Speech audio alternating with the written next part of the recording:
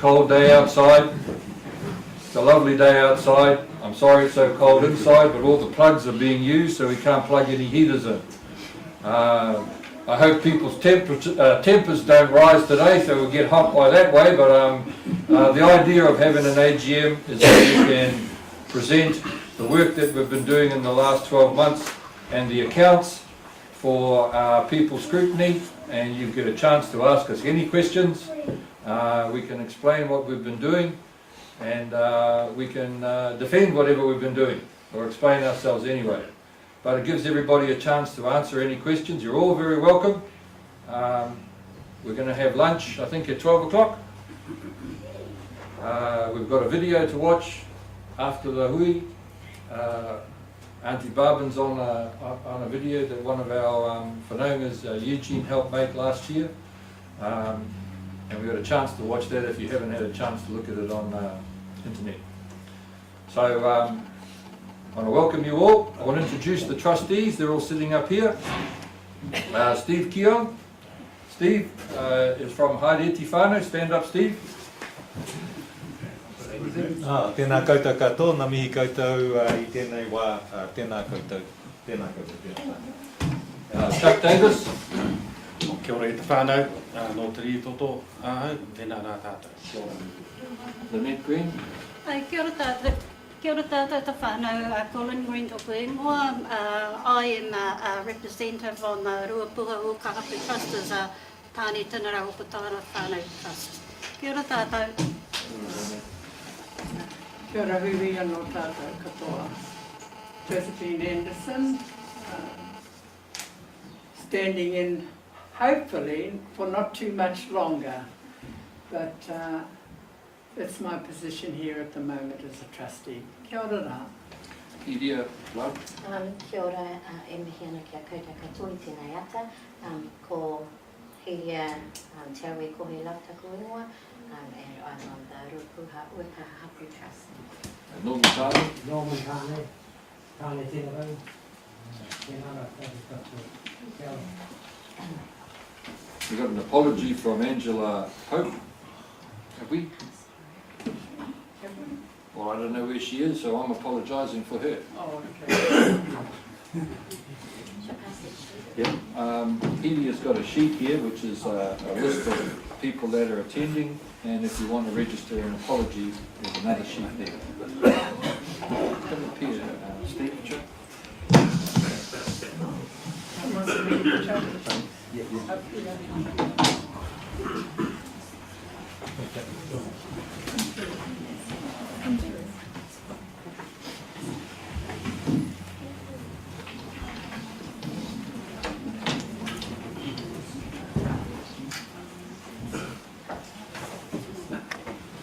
Ko tōru no tātou, tōku ingoa ko Peter Douglas. No konei au, ko tōku whaia ko Rahera Barrett. Tōku matua ko Ted Te Kohu Douglas. My name is Peter Douglas. I come from here in Ngāti Uekaha. My mother was, her name is Rahera Barrett. She was born up at Pohatuiri, grew up here. Her father was Te Rora Barrett, her mother was Rangitoki. My father is Ted. If you've been to university at Waikato, he may well have taught you. I live in Wellington. I've been chairman of the trust since 1997. I have a brief report that I'd like to read to you, but you may have had a chance to read it yourself. I wanted to read this in order that we can have a little bit of a discussion. So, if we think back to the origins of this settlement, it happened in 1990.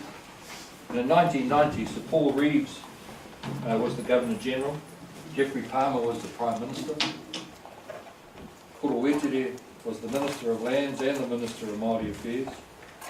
And Queen Elizabeth visited New Zealand to mark the 150th anniversary of the signing of the Treaty of Waitangi and open the Commonwealth Games. There were only 3 channels, there was no internet, and cell phones weighed about a kilogram each. The top song was by MC Hammer. Chuck used to be dancing to that, eh?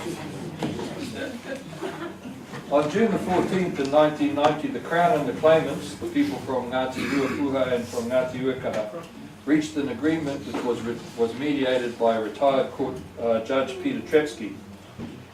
Everyone involved was new at this. We hear a lot about treaty settlements nowadays, and what happens these days is people follow a well-worked formula. There are templates, there are expectations, you have a mandating process, you have a set of requirements and how you consult to prove your validity as a negotiator.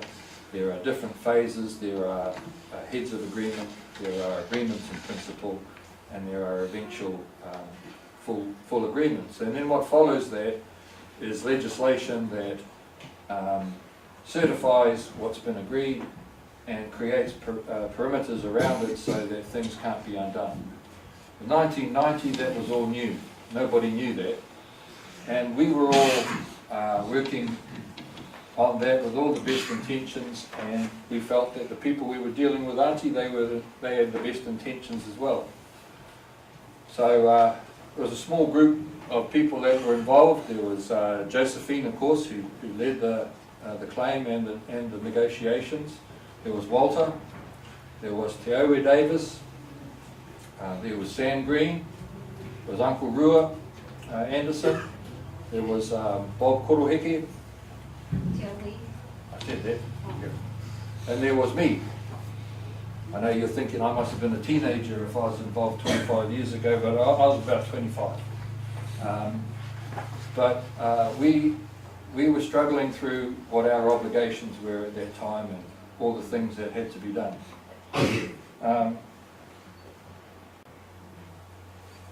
Settlement was a straightforward thing. It allowed for continuing commercial operation at the Global M Caves. Now, the government at the time wanted to sell THC, which was a tourist hotel corporation. And if you remember back to that time, there was a whole lot of work that was being done to privatise and sell a whole lot of corporations that government had been running. So the Tourist Hotel Corporation was one of those. And they needed to make sure they'd settled any outstanding treaty claims before they were able to sell to a commercial operator. So a licence provided a sufficient security for a commercial operator and a reliable source of income for not the claimants, but the settlers. We were the settlers of the claim. A loan of $1 million to be repaid by a proportion of the royalties received was to help with social and economic development. Now, $1 million is a lot of money nowadays, but in those days it was an almost unheard of amount of money. The agreement established the new relationships and responsibilities with government and with the commercial operators. So we were thinking, well, $1 million, it's a loan, but it gives us an opportunity to do things if we need to. Now, much has happened in our world since 1990. There's been a great deal of activity in the years that followed the settlement where people felt the need to take advantage of opportunity and assume the responsibility that comes with the roles they held on the trust. So we struggle to work out what it is you want to do. What should we do and how should we do it? Regrettably, we've spent an inordinate period of time in the Māori Land Court, and our work has been fettered by its direction. But we've come through that and we're now in good health. They've reviewed us, but we've come through that and we're about to, I think, move on to the next phase of our history. So our responsibility now is to look forward and think about what we hope to be in 25 years' time when we celebrate the 50th anniversary of that settlement. What are our ideas about what we're going to look like? Everybody talks about Ngāi Tahu and Tainui and these big corporations that they've become. They've got assets that are close to $1 billion. They've got income, in some cases, of $50 million a year. Figures that 20 years ago when they settled were just dreams about what they might have been able to do. So Tainui and Ngaitahu, when they settled in 1995 for Tainui's sake, and Ngaitahu in 1997, their settlements were for $170 million. They make nearly a third of that in profit each year now, so they have overcome the difficulties that they faced. And let's not be Pollyanna about it. They had to suffer some complicated things as well. They had to work their way through complicated issues, politics, people's expectations, and how do you deal with the expectations of big groups of people when you've only got small groups of people running things. Now this trust has a responsibility to its many hundreds and thousands of beneficiaries to do work that helps them in the years to come. We've rejected the notion of paying out dividends, but we must take on a greater responsibility of designing how we work to help our people in the future. How can we help them, our young people, to find and make a place for themselves in the world? How can we help our kaumātua pass on to us what they have learned and the things that they think we should learn about the way to maintain the things that are important to us as we're looking for the things that are going to be relevant to our lives in years to come. So we've made some small advances in the past year. The Trust runs a program of education grants which we are funding by a dedicated education endowment fund. So we've put aside $1 million into an education fund, and the proceeds, the income that $1 million creates, is going to fund the education grants. Now that might only be $50,000 in one year, it might be more in another, but by isolating and setting aside a particular amount, you can't use that money and take it away and use it for other things. We might get a great business opportunity, but the education trust will still be there. Now, some people might say, well, $50,000 a year, that's not a lot. And maybe it's not. But we can always add to that trust. We can always add money to it, and we can generate whatever we generate. We might add another $1 million to it, and we'll have twice as much money for education grants. But having education grants makes you stop and think, what's the best way for us to use these things? Do we just give out money to whoever asks? Do we just give out the same money to whoever asks? Do we do a lot of thinking about, is the money best? Do we give the greater amount of money to people who are studying at a PhD level, or do we give it at a high school level? What are the things that make the greatest impact and make the most sense to us? When you're not running an education trust, you don't have to think about those things, but when you are, you do. So we got a group of people to give us a hand with that, and Steve was leading that, but he had one of his known as Lloyd, who's here today. Kia ora Lloyd, thank you for coming. We had Leanne giving us a hand with that as well, and it helped us get our minds around a set of principles as to what we think are the important areas for us to focus on in education.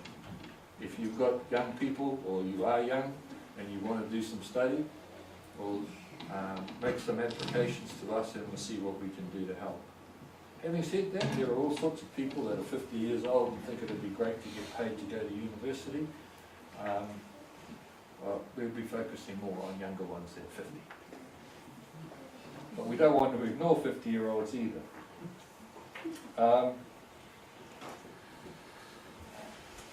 We've done some things in terms of rearranging the way that we are going to manage our funds, which have accumulated in the past 10 or so years, so that we can get good returns from that. These are the management of our funds, where we're prepared to take we're prepared to take a modest amount of risk for what we hope is a reasonable return on those funds. So we don't just leave them in a check account, we don't just leave them in a savings account, we've got them being managed by funds managers in a way that we think we can be more hopeful about the sort of income that they're likely to to generate, but we're also realistic about the level of risk that we're prepared to take as well. But Steve will talk a little bit about that in a little while. So, if I could summarise, it's 25 years since we settled in 1990. It doesn't seem like that long ago. And when you think about it like that, then it won't seem that long till another 25 years has passed. And we should be able to reflect at that point on the good decisions that we made at this point, so that we have got a sound operating organisation when that time comes about, and people are proud of coming from here. We've got a steady stream of revenue that comes from the caves, but who knows? We may not have a lot of tourists coming to our country in a time in the future. I don't know why that might be, but we never know. We didn't think we'd have this many Chinese tourists coming to New Zealand 25 years ago as we do now. I'm glad we've got Chinese people in New Zealand. I wouldn't have Chinese cousins like Steve and Lloyd who'd help us out if they weren't here. Now we need to be able to think about the economic management of those funds, but never lose sight of the social things that are important to us and to you, and the development of our people.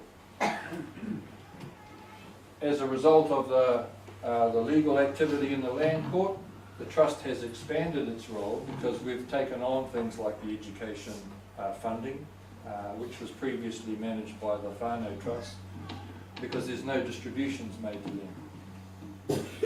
So we've had to think a little bit harder, and we've brought people in to help us. But the main thing we've got to do is we've got to start thinking about what it is we want to be like in 20 years' time, in 25 years' time. What do we look like now? What do we want to look like in 25 years' time? And what do we need to do in order to get us from what we look like to what we want to look like? Nō reira, tēnā koutou, kia ora no tātou.